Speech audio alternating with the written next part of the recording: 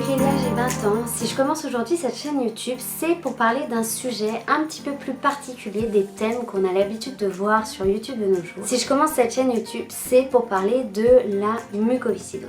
Alors tout de suite, ce nom doit forcément vous dire quelque chose. Peut-être que vous regardez ma vidéo car vous avez entendu parler de cette maladie et vous voulez en savoir un petit peu plus. Ou bien peut-être que vous connaissez quelqu'un qui est atteint par la mucoviscidose.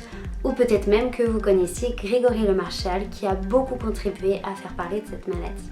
La mucoviscidose, c'est une maladie que l'on m'a diagnostiquée quand j'avais l'âge de 6 ans. Autrement dit, j'ai vécu 6 années de ma vie sans traitement, sans contrainte, sans soins quotidiens, sans médicaments. Et du jour au lendemain, eh bien, les médecins se sont rendus compte qu'en fait j'étais atteinte d'une maladie incurable qu'on appelle la mucoviscidose. Alors c'est difficile de parler de la mucoviscidose en 5 minutes car c'est une maladie qui est extrêmement complexe. Mais je vais quand même essayer de vous faire un résumé assez concret. Par définition, la mucoviscidose c'est une maladie génétique mortelle, non contagieuse, qui affecte les voies pulmonaires en limitant progressivement les capacités respiratoires. Pour comprendre un petit peu mieux ce qui se passe dans des poumons qui sont atteints de la mucoviscidose, on peut prendre l'exemple d'un lave-vaisselle. Vous allez comprendre pourquoi. Imaginons que des poumons sains, des poumons qui ne sont pas touchés par la mucoviscidose, ils représentent en fait un lave-vaisselle qui se nettoierait automatiquement chaque nuit. Toutes les poussières, tous les microbes qui sont présents dans l'air et que l'on absorbe la journée, ils seraient automatiquement éliminés. Le problème, c'est que dans la mucoviscidose, ce lave-vaisselle ne fonctionne pas car le mucus qui est chargé d'éliminer toutes les bactéries, il est trop épais pour fonctionner. Imaginez par exemple que vous faites fonctionner votre lave-vaisselle sans mettre d'eau. Ça risque d'être compliqué. C'est un petit peu le même principe dans le cadre de la mucoviscidose. Et donc vous vous doutez, la vaisselle, on doit la faire manuellement. Autrement dit, on doit faire la toilette de nos poumons. La toilette des poumons, ça passe par quoi? Eh bien, ça passe par des séances de kinésie respiratoire. La kiné, elle est absolument essentielle car elle va permettre de nettoyer toutes nos bronches et de dégager tout le mucus collant qui nous gêne. Alors en plus de la kiné, on utilise également d'autres traitements comme par exemple les aérosols. En fait, ce sont des inhalations qui vont permettre d'humidifier le mucus pour qu'il soit plus facile à dégager. On fait également beaucoup d'activités physiques car oui, le sport est essentiel. Je pense que je parlerai dans une prochaine vidéo des bienfaits du sport sur la muco. Puis également, on prend beaucoup de médicaments pour éviter en fait toutes les infections pulmonaires. Il y a beaucoup de personnes qui pensent que la mucoviscidose c'est une maladie qui touche uniquement les poumons. La réponse est non, sinon ce serait trop simple. Certes, les poumons ce sont les principaux organes touchés dans la mucoviscidose, mais la mucoviscidose elle s'attaque également à notre appareil digestif et plus précisément à notre pancréas.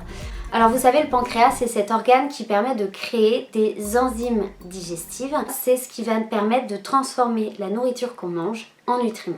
Le problème c'est que dans la muco, le pancréas il fonctionne mal, il ne crée pas d'enzymes digestives et donc, conséquence, on doit prendre encore d'autres médicaments qui jouent le rôle des enzymes digestives. La mucoviscidose c'est une maladie grave car elle entraîne énormément de complications et elle est dégénérative. C'est-à-dire que on a beau faire notre kiné tous les jours, on a beau prendre nos médicaments, faire nos soins correctement, nos poumons vont quand même se dégrader jusqu'à avoir besoin d'une greffe.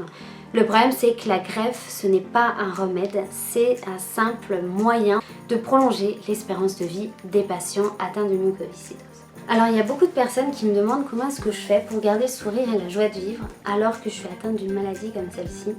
La réponse est tout simplement que j'ai beaucoup d'espoir. Je pense que l'espoir est essentiel. J'ai foi en la recherche. Je suis persuadée qu'un jour, on arrivera à trouver un traitement pour soigner la mucoviscidose. Il y a énormément de progrès aujourd'hui en médecine. Il faut savoir que l'espérance de vie des patients atteints de mucoviscidose il y a quelques années était de 7 ans. Aujourd'hui, on avoisine les 50 ans. Alors, ma chaîne YouTube, elle a plusieurs objectifs. Le premier objectif, c'est la sensibilisation.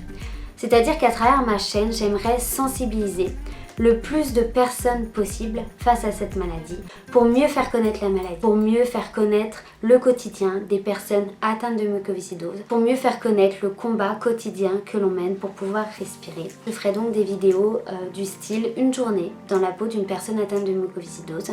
Je vous montrerai mes séances de kinésie respiratoire, tous les médicaments que je prends, tous les soins que je fais. Je vous montrerai également mes visites régulières à l'hôpital de Dijon. Tout ça dans le but de montrer la complexité en fait de vivre avec une maladie comme celle-là.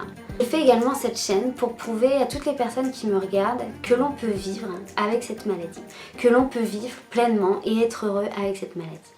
Quand mes parents ont su ce que j'avais, ils se sont tout de suite dit que leur fille n'aurait jamais d'avenir, que leur fille ne serait jamais adulte, que leur fille n'aurait jamais d'enfant, ne serait jamais heureuse. J'ai envie de prouver ici tout le contraire. J'ai envie de montrer à tous les parents qui ont des enfants qui sont atteints par cette maladie que leur enfant pourra vivre, que leur enfant pourra avoir un avenir, pourra être heureux, même si bien évidemment il y aura des hauts et des bas. Je pense que le plus important dans la muco, c'est de garder espoir. Pour terminer, ma chaîne s'adressera bien évidemment à tous les patients atteints de mucoviscidose, que ce soit les enfants, les adolescents, voire même les adultes. Mon but en fait, c'est de leur donner des conseils de par mon expérience personnelle avec la mucoviscidose, de par les différents stages, les différentes recherches personnelles que j'ai effectuées sur la mucoviscidose. Je ferai donc des vidéos où je dévoilerai mes petites astuces, par exemple pour calmer des cannes de toux, pour regagner du poids, pour partir en voyage avec la muco, ou bien par exemple pour prendre ces traitements correctement, comme par exemple le Tobipodalor.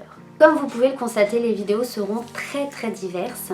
N'hésitez pas d'ailleurs à me dire si vous souhaitez voir un type de vidéo particulier, que ce soit sur la mucoviscidose même ou bien sur la façon dont moi je vis avec. J'espère de tout cœur que cette chaîne pourra vous être utile et pourra vous aider, que vous soyez malade ou non malade.